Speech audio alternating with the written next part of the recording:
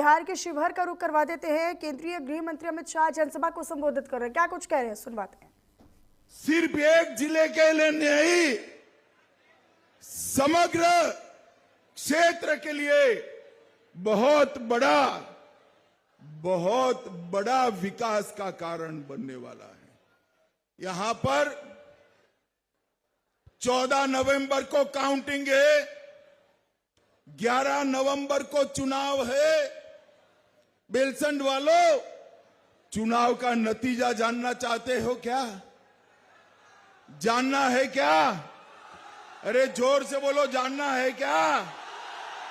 तो मेरी बात याद रखना, 14 नवंबर 8 बजे बैलेट बॉक्स खुलेंगे, मतपेटियां खुलेगी, 9 बजे मतदान शुरू होगा, मतगणना शुरू होगा और 1 बजते बजते लालू राहुल की पार्टियों का सुपड़ा साफ होगा।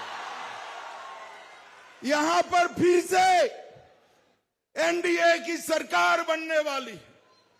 सामने के खेमे में, ये महागठबंधन में ना नेता है, ना नीति है, ना कार्यक्रम। मालूम ही नहीं है कौन कौन सी सीट पर लड़ रहा है। यहां पर सभी 243 सीटों पर एनडीए की 5 पार्टियां पांडव की भांति एक मुश्त होकर चुनाव लड़ रही है।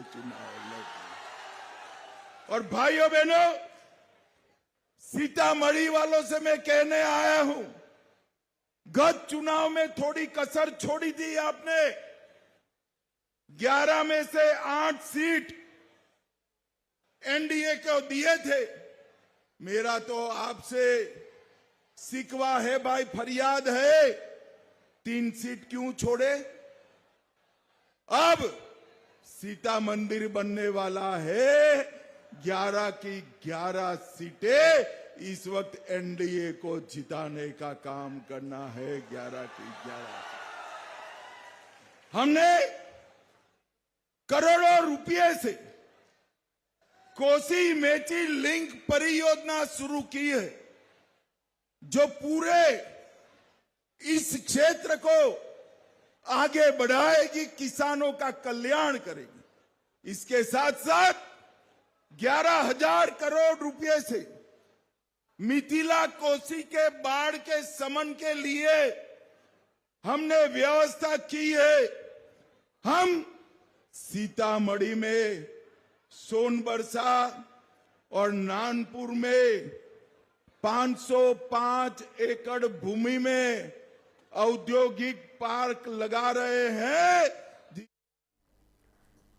तो बिहार के शिवहर से अमित शाह के हुंकार आप सुन रहे थे। चलिए अब चर्चा का रुख करते हुए मेहमानों का रुख करवा देती हूं। दरअसल हमारे साथ कुछ खास मेहमानों की फहरिस्त